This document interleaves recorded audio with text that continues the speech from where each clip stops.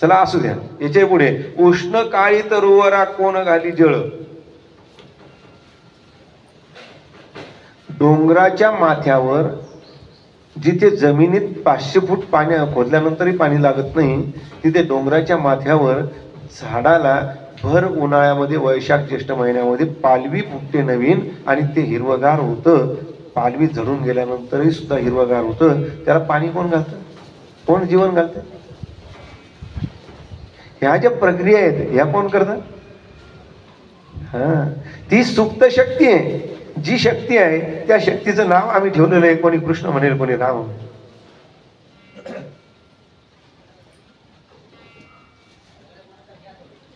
त्या सुप्त शक्तीचं नाव त्या स्वरूपानुसार ठेवलं गेलेलं.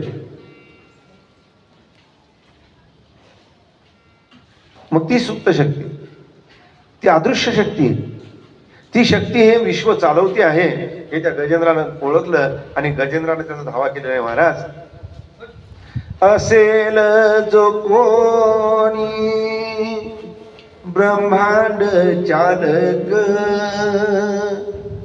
असेल जो कोणी ब्रह्मांड चालक, द्यावी माझे हाके मध्ये हाक, द्यावी माझे हाके मध्ये हाक, असेल जो कोणी,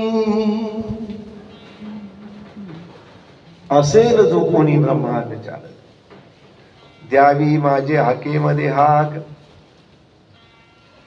नाव माहित होत नाही? असेल जो कोणी ब्रह्मांड चालक, ब्रह्मांडाचं चालन करणारा कोणीतरी आहे, तो जो असेल तर त्यानं माझ्या हाकेमध्ये हाक द्यावी.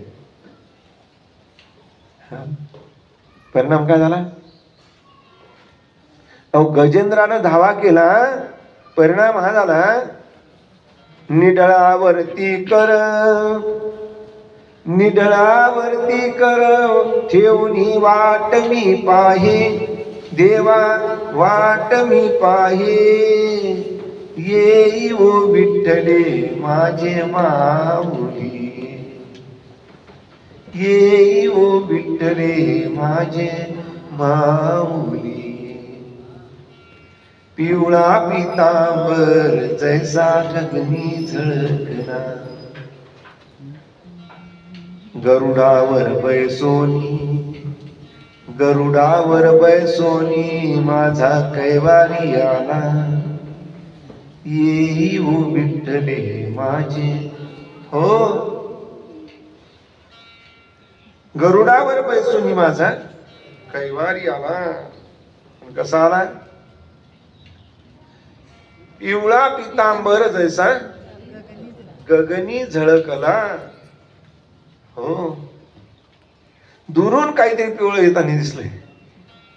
गजेंद्राच्या एकेका डोळ्यात 4-4 अश्रुधारा, आनंद विभोर अवस्था, देहभान विरलेलं आहे, पाय नखरानं पकडलेला आहे याचं सुद्धा भान राहिलेलं नाही. आणि भगवंत समोरून उभे राहिलेले आहेत, गरुडावर आरूढ झालेले प्रभुपाद परमात्मा. त्याला पाहता बरोबर काय करावं सुचत नाही.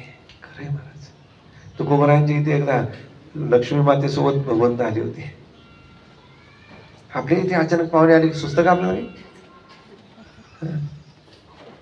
अहो, माझ्या सासून तर अशी गडबड केली, मी पहिल्यांदाच गेलो, नवीन जावाई भाऊ आली, जावाई भाऊ आली. अहो, बशीत कप ठेवायचा, कपावर बशी ठेवली आवत होती. सुस्त का काही अवघड काम आहे. आणि हे सत्यच आहे. माझी सासू, मावस सासू अजूनही सुद्धा मी त्यांच्या घरी गेलो की मग समोर येत नाही. आतल्या आतूनच बोलतात, त्या किचन मधूनच समोर येत नाही. त्यांनी मर्यादा पहिल्यापासून पाहिल्या, आजही पाहतात. जावई बाच्या समोर जायचं नाही. वास्तविक पाहता माझं लग्न झालं, मी शेमला होतो 24 वर्षाचा, नाक पुसता येत नव्हतं. 24 वर्षाचं 25 वर्ष काय, पण त्या मर्यादा होत्या. चला असं काय झाला विषय, गडबड होती, पाहुणे आले म्हणजे गडबड होती. काय करावं? अहो, तुकोबारायांच्या घरी पाहुणे आले. कोण? भगवंत प्रत्यक्ष. काय करावं? पाहुणे घराची आजी आली ऋषिकेशी, काय करू उपचार, काय करू उपचार. कोप मोड किदर कोप मोड की जरजर पाहुणे घराशी आजी आले ऋषिकेशी. आज पाहुणे आले घरी. कोण? प्रत्यक्ष परमात्मा ऋषिकेशी म्हणजे भगवंत. प्रत्यक्ष भगवंत आज घरी आलेले आहेत. काय उपचार करू? अहो माझी बाज मोडकी, 3.5 पायाची बाज होती महाराज. एक त्याचा ठावा जो होता तो मोडलेला होता.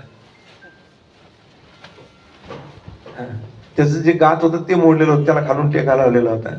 देवा एका कोपऱ्यावर बसा, एका कोपऱ्यावर बसायची विनंती केली. हो बाज मोडकी, कोप मोडकी जोडतोय.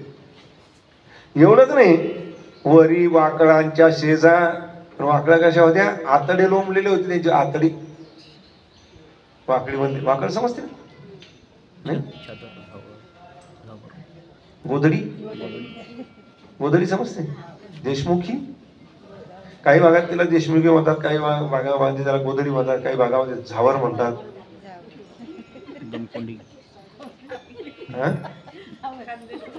खानदेशमध्ये झावर म्हणतात काय? हा, काही भागात गोधडी म्हणतात. आमच्या भागामध्ये मराठवाडीमध्ये राहतो मी. माझं धाड वगैरे मराठवाड्यात, बुलढाणा धाड वगैरे. आमच्याकडे त्याला चौघडी म्हणतात. चौघडी, गोदावरी पण म्हणतात. हा, बरेच भागात काही काही म्हणतात. दमकोंडी म्हणतात. यांच्या खानदेश भागामध्ये कशाला काय म्हणतील सांगता.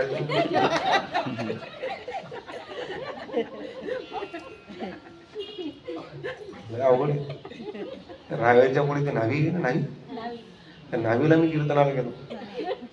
हो, रात्री कीर्तन झाला. मग ते वासुदेव वगैरे मुक्काम झाला माझा. मुक्कामी महाराज जाऊन द्या, एवढ्या वरती काही जाऊ नका. जरी गाडी असली तरी जाऊ नका. मी कधी राहत नाही कुठे. माझा एक सवय, आजूबाजूला 50, 60, 70, 80, 100, 150 किलोमीटर पर्यंत सुद्धा मी कीर्तन जर केलं तर फेट्यासहित घरी येत असतो. फेटा सोडत पहिल्यापासून आहे काहीतरी नवीन करायचं नाही काय. त्यांनी खूप आग्रह केला. नाही महाराज तुम्हाला राहावंच लागेल, राहावंच लागेल. तुम्हाला काही चालत नाही ना, मी तुम्हाला श्रीखंड करतो, बासुंदी करतो. नुसतं श्रीखंडावर राहिलो त्या दिवशी.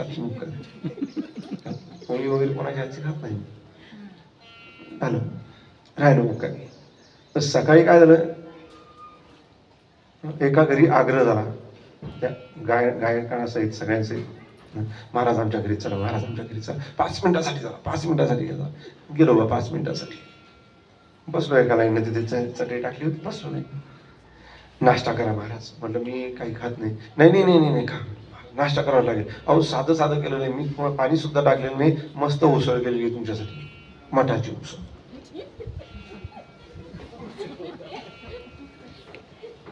शेंगदाणे वगैरे हरभरे वगैरे टाकलेले सगळं ठीक आहे. आम्ही 3 जण होतो आणि तिचा पती बसलेला होता. 4 जण. तिघांच्या समोर तिनं 3 प्लेट आणून ठेवल्या. म्हटलं का यांच्या समोर यांना द्या ना. हो देते ना महाराज, देते, पण त्यांना वेगळे ना. पंक्ती प्रपंच वेगळं काय?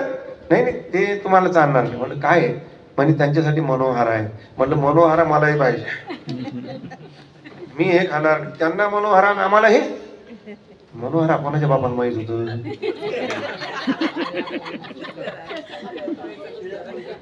मी ताट लोटून दिलं बाजूला. म्हटलं मला मनोहराच पाहिजे. तिनं 3 प्लेट भरून आला मनोहरा. म्हणलं मला हे नाही पाहिजे. शिळ्या पोळीचा कुस्कऱ्याला फोडणी दिलेली चिवडा म्हणतात त्याला मनोहरा. म्हणलं काय सुंदर नाव दिलं, मनोहरा.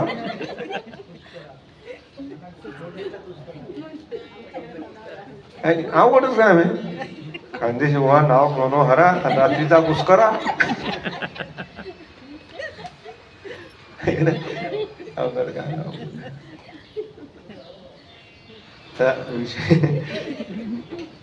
तुकोबरायांच्या घरी ज्या वाकडी होत्या त्याच्या आतडे लोंबलेले होते.